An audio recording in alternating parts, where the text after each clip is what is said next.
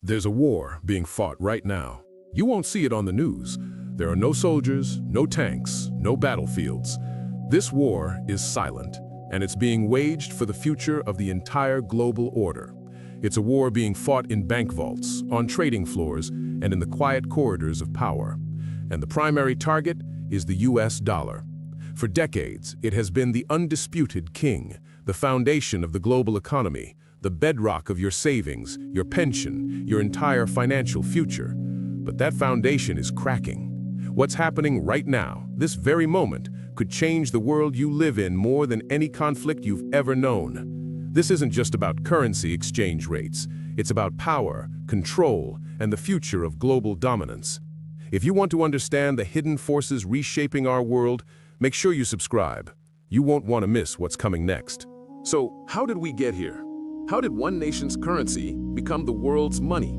To understand that, we have to go back to 1944. The world was in ruins. World War II was drawing to a close, and the leaders of 44 allied nations gathered at a hotel in Bretton Woods, New Hampshire. They had one goal: to build a new global economic system, one that would prevent the kind of currency wars and protectionism that led to the Great Depression and ultimately the war itself. Two brilliant minds had competing visions. The famous British economist John Maynard Keynes proposed a new neutral world currency called the Bancor, managed by a global central bank. But America, led by its representative Harry Dexter White, had a different idea. America was emerging from the war as the world's undisputed economic superpower. It held over 2/3 of the entire world's gold reserves, safely stored in its vaults. The American plan was simpler and far more advantageous for them. Instead of creating a new currency, they proposed using an existing one, the US dollar. The dollar would be pegged to gold at a fixed rate of $35 per ounce. It was in effect a promise that the dollar was as good as gold. Every other currency would then be pegged to the dollar. In the end, America's economic might won the day. The dollar was crowned king. This system gave the world decades of stability and fueled unprecedented post-war growth. But it also gave the United States an incredible power, what a French finance minister would later call an exorbitant privilege. America could print money to pay for its imports and its foreign debts, knowing the rest of the world desperately needed those dollars to trade with each other and to hold in their central bank reserves. The world needed dollars, and only America could print them. But this golden age had a fatal flaw. The United States, funding both the costly Vietnam War and expensive domestic programs, was printing far more dollars than it had gold to back them up. Other countries, particularly France, began to notice. They started demanding gold in exchange for their dollars, as was their right under the Bretton Woods Agreement. The vaults at Fort Knox were emptying at an alarming rate. On August 15, 1971, President Richard Nixon made a stunning announcement that sent shockwaves through the world. In what became known as the Nixon shock, he unilaterally severed the dollar's link to gold. The anchor of the global financial system was gone. The world's currencies were suddenly floating, and chaos loomed. The dollar could have collapsed. But what happened next was a geopolitical masterstroke. Secretary of State Henry Kissinger engaged in a series of secret negotiations, primarily with the Kingdom of Saudi Arabia, the world's largest oil producer and the de facto leader of OPEC. A deal was struck. The terms were straightforward. The U.S. would provide advanced weaponry and a military security guarantee for the Saudi royal family. In return, Saudi Arabia would price all of its oil exports exclusively in U.S. dollars. Furthermore, they would use their influence to ensure the rest of OPEC did the same. This was the birth of the petrodollar system. Suddenly, the dollar wasn't backed by gold anymore. It was backed by oil. Every country that needed to buy oil, which was every single industrialized country, now had an insatiable, permanent demand for U.S. dollars. They had to acquire dollars first before they could buy the lifeblood of their economies. This brilliant move cemented the dollar's role as the world's reserve currency for the next 50 years, long after the gold standard was just a memory. For a long time, this system seemed unbreakable. It was the unquestioned architecture of global finance. To challenge the petrodollar was unthinkable, a financial declaration of war. But some tried. In the year 2000, Iraq's leader, Saddam Hussein, announced that his country would no longer accept dollars for its oil. He would sell it in euros instead. It was a direct challenge to the system. A few years later, another challenge emerged. Libya's Muammar Gaddafi began seriously planning for a unified African currency, a gold-backed dinar that would be used to price and sell Africa's vast natural resources, including its oil. Both of these were direct attacks on the dollar's supremacy. We all know what happened to those leaders and their regimes. Now, their downfalls were the result of complex geopolitical events. But a persistent theory in international relations circles is that their attempts to move away from the dollar played a significant, if not decisive, role in their fate. These events sent a stark, unspoken warning to the rest of the world. Defy the dollar at your own peril. The system was not just a convenient economic agreement. It was a pillar of American power. And it would be enforced with overwhelming military and political might. For a while, the warnings worked. But the world was changing. New powers were rising. Powers that were not so easily intimidated. And they were watching, learning, and waiting. The real catalyst for the current silent war wasn't just the dollar's dominance, but how the US began to wield that dominance as a weapon. Because most international trade is priced in dollars, nearly all major international transactions must, at some point, pass through a US bank or a US correspondent bank. This gives Washington an unprecedented ability to monitor and control global money flows, and it gives them their most powerful foreign policy tool, sanctions. The US can effectively cut entire countries off from the global financial system by denying them access to dollars. The key to this is a system called SWIFT, which stands for the Society for Worldwide Interbank Financial Telecommunication. It doesn't actually move money, it's a secure messaging system that tells banks where to send money. It's like the postal service of global finance.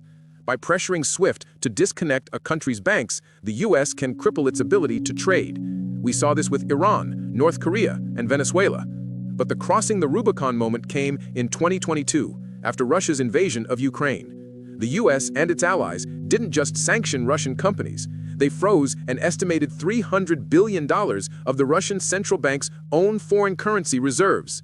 This was a financial nuclear bomb. It sent a terrifying shockwave across the globe. For countries like China, and even allies like Saudi Arabia, the message was brutally clear. Your dollar assets, your national savings held in our system, are not truly yours. They are not safe. They can be seized at any moment. The exorbitant privilege had become an intolerable vulnerability. The weaponization of the dollar was the final straw. It forced nations to stop just talking about alternatives and start actively building them. And that's where the BRICS alliance comes in. Originally just Brazil, Russia, India, and China, later joined by South Africa. This group of major emerging economies saw the writing on the wall. For years, they've discussed reducing their reliance on the dollar. But after the sanctions on Russia, that talk turned into urgent, frantic action. Their goal is no longer just to trade more amongst themselves, it's to create an entirely new financial and trade infrastructure that bypasses the dollar, SWIFT, and the entire Western-controlled system. They've already established institutions like the New Development Bank, positioned as an alternative to the IMF and World Bank, and the alliance is expanding dramatically. In a move that stunned Western observers, in 2024, major oil producers like Saudi Arabia, the United Arab Emirates, and Iran all became full members of BRICS, along with Egypt and Ethiopia. Think about that. The very heart of the petrodollar system, Saudi Arabia, is now formally allied with the powers seeking to dismantle it. This is no longer a fringe movement of rogue states. This is a powerful economic bloc representing nearly half the world's population and a significant portion of its GDP, actively building a parallel system. The silent war now has two clear opposing sides. At the center of this new alliance is China, the only economy on Earth large enough to truly challenge the economic might of the United States. And China has a master plan, the petro-yuan. Since 2018, China has been running its own oil futures market on the Shanghai International Energy Exchange. Unlike the dominant markets in London and New York, where oil is priced in dollars, in Shanghai, it's priced in China's own currency, the yuan. The goal is to create a direct competitor, a way for oil producers to sell to China, the world's biggest oil importer, without ever touching the dollar. To make this attractive, China offers a clever twist. The yuan is not a freely convertible currency like the dollar, which makes countries hesitant to hold it. So China made a promise. Any country can exchange the yuan they earn from selling oil for physical gold on the Shanghai Gold Exchange. It's a subtle but powerful nod back to the stability of the gold standard, a direct challenge to the fiat US dollar. At first, the volume was small, but now it's growing steadily. Russia, shut out of Western markets, is now selling almost all its oil and gas to China and India in local currencies. And most crucially, Saudi Arabia is in active talks to price some of its massive oil sales to China in yuan. If and when that deal is finalized, it will be the most significant crack in the petrodollar system since its creation nearly 50 years ago. And it's not just China and Russia. This trend, often called de-dollarization, is spreading like wildfire. It's a series of small changes that together represent a seismic shift. India is now regularly buying Russian oil using Indian rupees. Brazil and China have a deal to conduct their massive bilateral trade in their own currencies. Argentina has used its yuan currency swap line with China to pay back debt to the IMF. The nations of Southeast Asia, under the ASEAN banner, are actively promoting a system to use local currencies for trade within the region, one of the world's fastest-growing economic zones. Even traditional U.S. allies are hedging their bets. France's energy giant Total Energies completed a major liquefied natural gas trade with China that was settled in yuan. Each of these deals, on its own, is just a drop in the ocean. The dollar still dominates. But taken together, they represent a death by 1,000 cuts. It is a fundamental rewiring of the plumbing of global trade happening quietly in the background. The world isn't waiting for a single new king to be crowned. Instead, it's building a multipolar currency system where the dollar is just one option among many, not the only option. And there's another front in this silent war, one fought on the terrain of technology. Specifically, central bank digital currencies, or CBDCs. While the West debates the privacy implications and technical challenges of a digital dollar or euro, China is already years ahead. They have been piloting their digital yuan, the ECNY, with hundreds of millions of citizens. A CBDC is not like Bitcoin. It's state-controlled digital cash, and it's a geopolitical game changer. It allows two countries to trade directly with each other, instantaneously, 24/7, without ever touching the dollar or the SWIFT system. It makes the West's primary sanctions tool completely obsolete for those transactions. It's a new set of financial rails, built and controlled not by the West, but by those who embrace the technology first. Russia is accelerating its own work on a digital ruble, and the BRICS nations are exploring a shared digital currency platform, tentatively called BRICS Pay. This isn't just about making payments more efficient. It's about building a sanctions-proof financial architecture for a post-dollar world. The race to build the new plumbing of the global economy is on, and right now, the East is in the lead.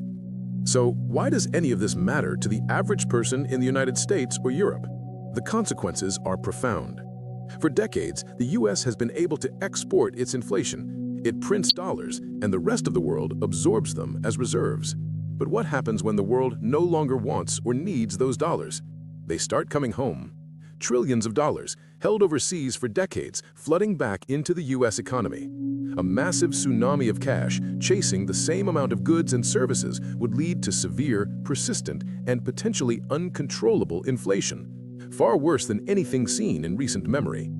Furthermore, the U.S. government funds its enormous deficits by selling treasury bonds. Foreign countries, especially Japan and China, have been the biggest buyers of these bonds, recycling their trade surpluses. But if they no longer need to hold dollars, they have no reason to buy U.S. debt. To attract buyers, the U.S. would be forced to offer much higher interest rates. This would make borrowing incredibly expensive for the government, sending the cost of servicing the national debt into the stratosphere. It would also mean higher mortgage rates, higher car loan rates, and higher credit card rates for every single American. The exorbitant privilege would vanish, and America would be forced to face a fiscal reality it has been able to ignore for half a century. Now it's crucial to have some perspective. The dollar is not going to collapse tomorrow. Reports of its death have been greatly exaggerated for years. The US dollar system has immense inertia. it is still by far the world's most trusted, most liquid, and most widely used currency. The US capital markets are the deepest, most transparent, and most regulated on Earth. Where else are you going to park trillions of dollars safely? There is no single currency ready to replace it.